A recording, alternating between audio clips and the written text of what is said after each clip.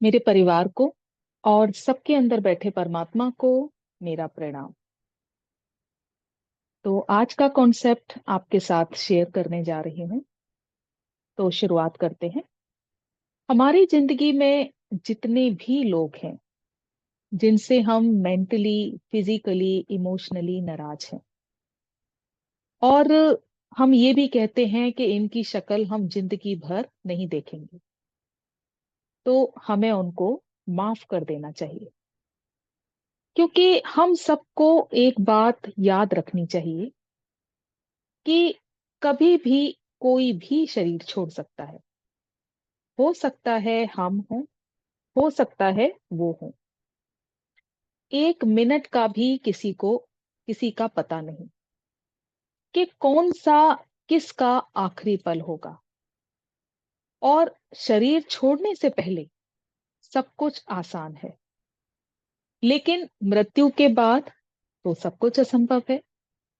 और फिर उसने भी नया चोला धारण कर लिया, या आप भी उस जन्म में उससे मिले, आपने भी नया चोला धारण कर लिया।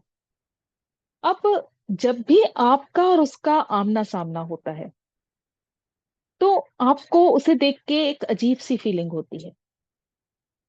क्रोध चढ़ता है, आप नाराज हो जाते हैं।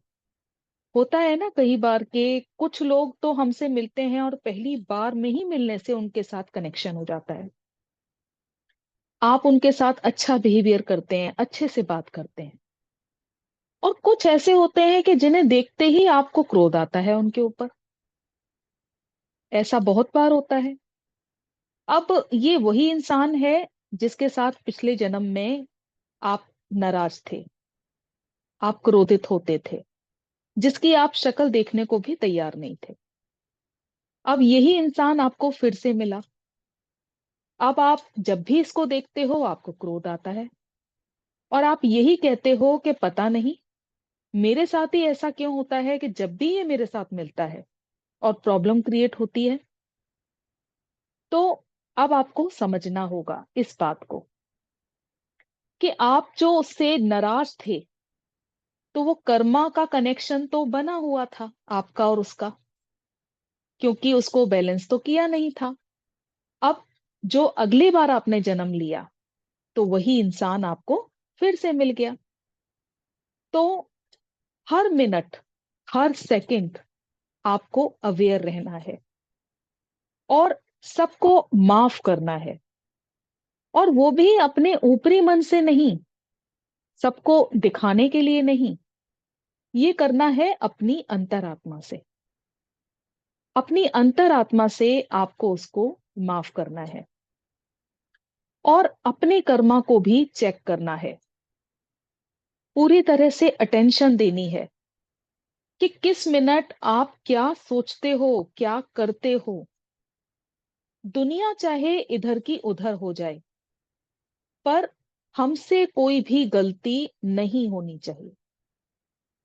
और इसके लिए जो सबसे पहली और आसान कोशिश है कि आप जब भी ध्यान करने बैठे, तो ध्यान करने से पहले 5 मिनट, सिर्फ 5 मिनट आप अपने आप को दें।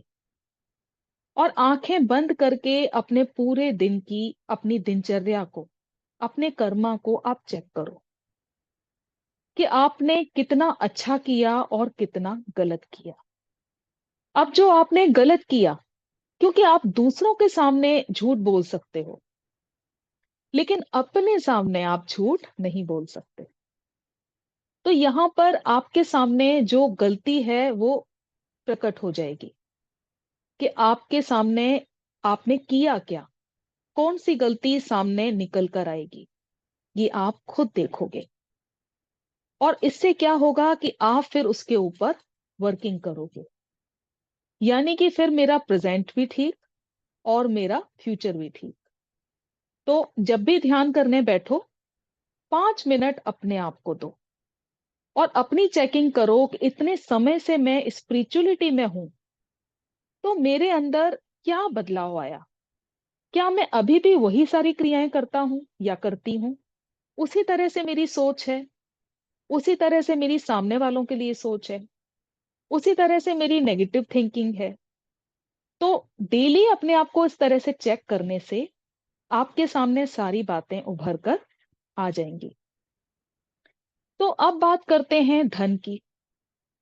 और धन से आता है आपका अन्न, बल्कि धन से ही सारे काम हमारे होते भी हैं।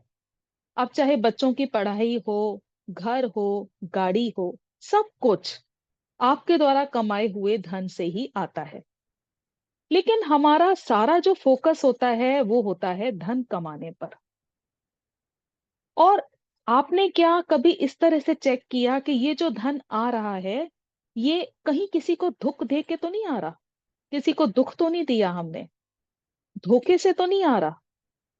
ये चेक करना बहुत ही ज्यादा जरूरी है कि आखिर इसमें वाइब्स कैसी हैं।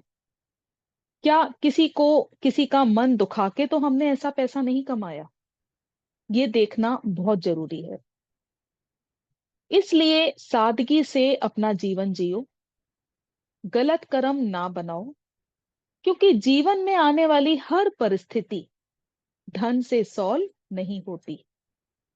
अब एक छोटा सा एग्जांपल आपके सामने रखती हूँ। मान लिया कि किसी से मैंने घड़ी खरीदी और वो घड़ी 100 रुपए की थी। मुझे अच्छी लगी, मैंने ले ली। घर आकर मैंने देखा तो वो घड़ी बार बार रुक रुक के चल रही है। अब जब भी मैं उस घड़ी को देख रही हूं तो मेरे मन से यही बात निकलती है कि बताओ, 100 रुपए भी चले गए और घड़ी भी ठीक से नहीं मिली। और ये लोग लोगों को चीट करते हैं, धोखा देते हैं। इस तरह की बातें मेरे दिमाग में आएंगी उस घड़ी को देख के। लेकिन अब इसका दूसरा फेज भी हो सकता है कि घड़ी तो मैंने सिर्फ 100 रुपए की ली, लेकिन वो चल बहुत अच्छी रही है।